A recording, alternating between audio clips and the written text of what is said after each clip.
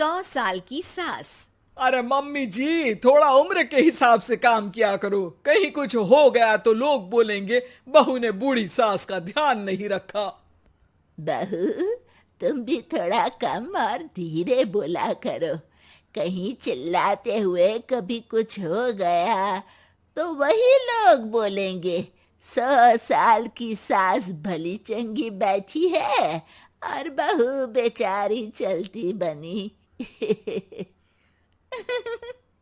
वैसे मम्मी जी, दादी बिल्कुल ठीक बोल रही हैं। हैं? क्या ठीक बोल रही है? वो जो कुछ भी बोले वो सास है, पर तुम क्यों बोल रही हो? बहू होकर सास से जुबान लड़ाओगी क्या? ऐसा बोलते हुए निर्मला को धसका उठ जाता है। कहा था ना, मत चिल्ला मत चिल्ला। तुझे बिना सास और बहू से जुबान लड़ाए बिना शांति नहीं मिलती। अरे माँ, दादी की बात सुन लिया करो, तुम्हारे भले के लिए बोलती है ना। अरे कोई भला नहीं, इन्हें बस मुझे परेशान और शो ऑफ करने का शौक है। हाँ। चल झूठी।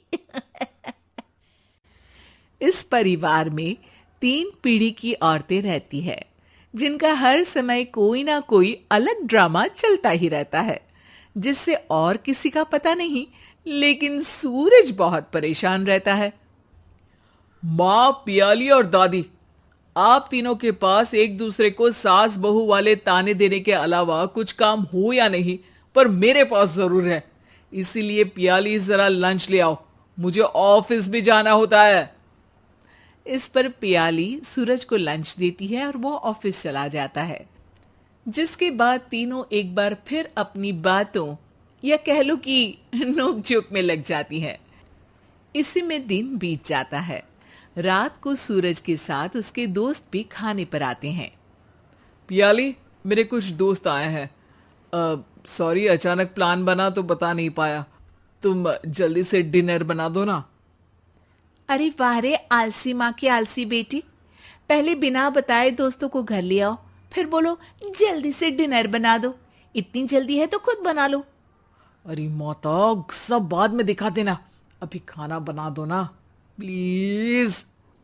ऐसा बोल के सूरज दोस्तों के पास जाकर बैठ जाता है और पियाली डिनर की टेंशन में अपनी सास के पास पहुंच जाती है, जो अपने कमरे में आराम कर रही होती है। मम्मी, सूरज अचानक दोस्तों को घर ले आए हैं, क्या करूं अब? कुछ ऐसा बताओ ना जो जल्दी बन जाए और सर्व करते हुए भी अच्छा लगे। अरे रेस्टोरेंट से मंगा ले, दोबारा परेशान मत करना, सोने दे मुझे।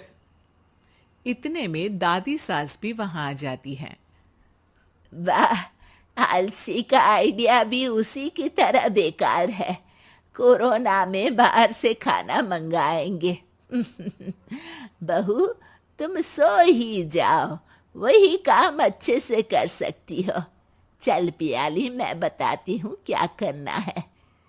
इस पर दादी सास पियाली के साथ मिलकर सारे मेहमानों के लिए खाना बनाती है, जिससे उन्हें ज्यादा मेहनत भी नहीं करनी पड़ती और सबका पेट भी भर जाता है। दादी के इस आइडिया से पियाली और सूरज बहुत इम्प्रेस हो जाते हैं। दादी, क्या यही खाना आपकी इस उम्र में इतना एक्टिव रहने और एंडलेस लाइफ का राज है? वैसे दादी ने आज तक राज किसी को बताया नहीं। इन्होंने ससुर जी तक को नहीं बताया, तभी तो वो ऊपर पहुंच गए और ये अभी तक यही है। तेरी सास मेरे ऊपर पहुंचने का ही इंतजार कर रही है, पर इस आलसी का ये सपना पूरा नहीं होने वाला। क्यों जी, अमर होने का वरदान लेकर आई हो क्या? अमर का पता नहीं, पर लगता है तुझसे लंबा जरूर जी लूंगी। इससे पहले कि दोनों सास बहू में कोई बहस शुरू होती, पियाली बीच में बोल पड़ती है। ठीक है, आप दोनों लड़ क्यों रही हैं? हम तो चाहते हैं कि आप दोनों हमारे साथ हमेशा रहें।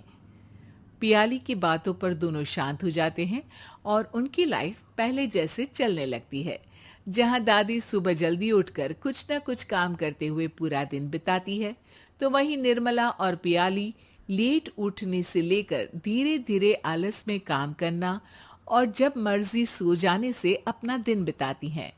एक दिन निर्मला की सहेली उनके घर आती है। अरे क्यों रे निर्मला, कैसे चल रही है जिंदगी? सब बढ़िया, बस ये बुढ़िया ऊपर जाए तो ज्यादा अच्छा होगा। अरे ऐसा क्यों बोलती हो? तुम्हें तो उनसे सीखना चाहिए, वो बहुत फुर्तीली हैं। मैं उन्हें रोज मॉर्निंग वॉक करते हुए देखती हूँ, और वहीं तुम और तुम्हारी बहू हैं जिन्होंने शायद सुबह का सूरज आज तक देखा ही नहीं होगा।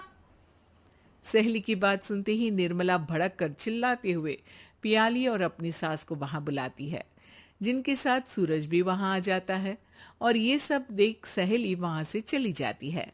अरे सासू माँ, आपको हमसे क्या दिक्कत है? अब तो मेरी सहेलियां भी आपकी वजह से मुझे ताने देने लगी है। मम्मी जी, कुछ तो लोग कहेंगे, लोगों का काम है कहना, आप इग्नोर करो ना। अच्छा, वैसे महारानी, वो तुम्हें भी वही सब बोल रही थी? है?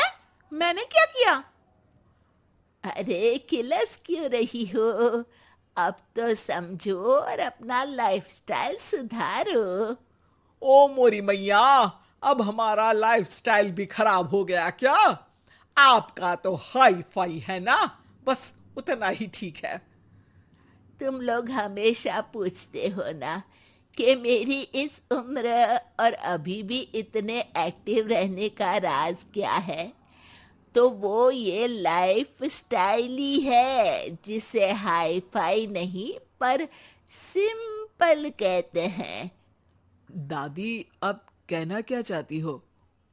यही कि मैंने अपनी जिंदगी में बहुत किताबें पढ़ी हैं, जिनमें एक किताब से मुझे ये समझ में आया कि हम कितने गलत तरीके से जिंदगी जीते हैं। उसी के बाद मैंने एक अच्छे जीवन के लिए इकिगाई रूल अपनाया, जिसका मकसद तो सिर्फ अच्छा जीवन जीना था। इतना लंबा कैसे जी गई मुझे खुद अचंभा होता है। ओह, तो मतलब आप मुझे परेशान नहीं करती थी? वो तो आप करती हैं। वैसे ये इकिगाई क्या है? थोड़ी रिसर्च खुद भी कर लो आलसियों, सब मैं ही बता दूं क्या?